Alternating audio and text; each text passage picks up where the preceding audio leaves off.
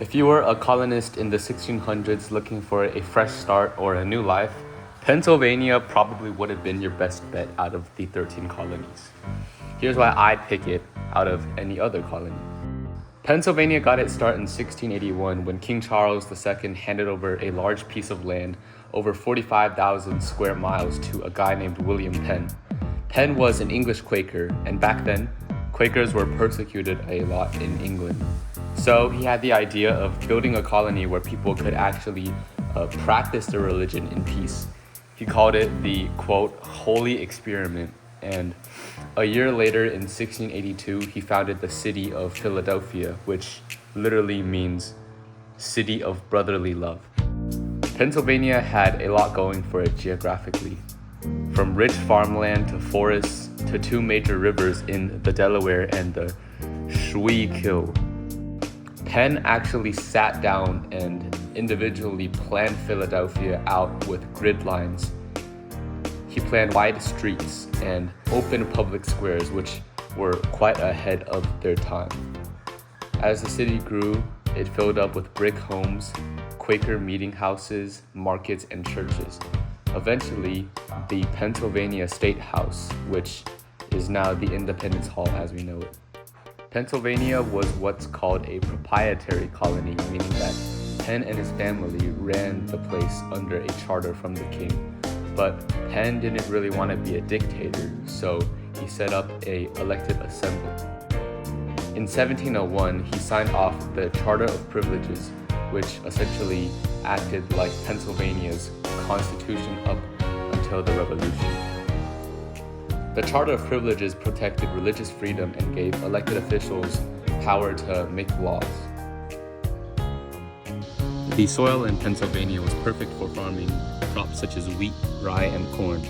Colonists shipped the extra off to places such as Europe, Africa, and the Caribbean. This is where Pennsylvania got its nickname, the breadbasket colonies.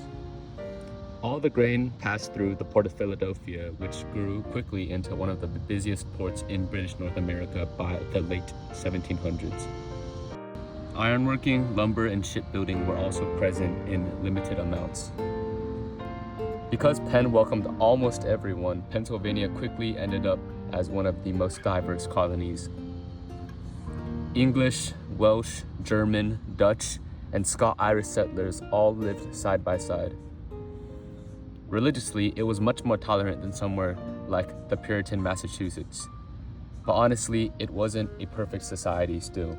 Slavery existed even in places like Philadelphia. However, by the late 1700s, Germantown Quakers wrote one of the first anti-slavery protests in the English colonies. On education, Benjamin Franklin pushed hard for practical schooling, which led to the establishment of the Academy of Philadelphia in 1751. Out in the country, families mostly farmed. In the city, you find merchants, artisans, and shopkeepers. For food, colonists ate bread, grains, meat, vegetables, fruit, and dairy. For entertainment, people headed to markets, taverns, fairs, and religious gatherings. Some important people in Pennsylvania include William Penn, the founder, Benjamin Franklin, who helped push education forward and eventually became a major name in the Revolution. For a timeline, in 1681, Penn got its charter. 1682, Philadelphia is founded. 1688, the early anti-slavery petition. 1701, the Charter of Privileges.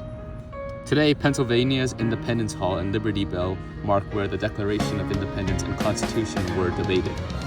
The city of Pittsburgh is known for steel, the city of Hershey for chocolate, and Amish and Pennsylvania Dutch communities still keep old conservative traditions alive.